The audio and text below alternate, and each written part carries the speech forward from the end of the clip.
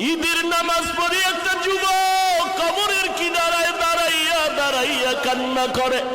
এরে যুবক কেন কাঁদো? বলে গত ঈদের নামাজে যখন আমি রওনা দিলাম, ঈদের নামাজে যাইতে পোশাকটা পরিয়া ঘর থেকে বের হওয়ার সময় আমার মায়ের কাছে দাঁড়াইল।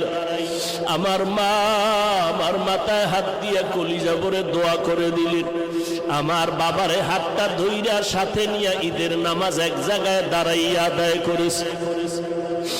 আজ যখন আমি ঈদের নামাজের জন্য ঘর থেকে বের হইতেছিলাম, আমি হঠাৎ করিয়া মায়ের দোয়ার কথা মনে পড়ে মায়ের বিছানার দিকে নজর পড়ে গেল। তাকায় দেখি বিছানা খালি, আমার মা বিছানায় নাই। নামাজের মুসল্লায় দাঁড়াইয়া দেখি আমার ডান পাশে আমার বাবাই কই, আমার বাবাই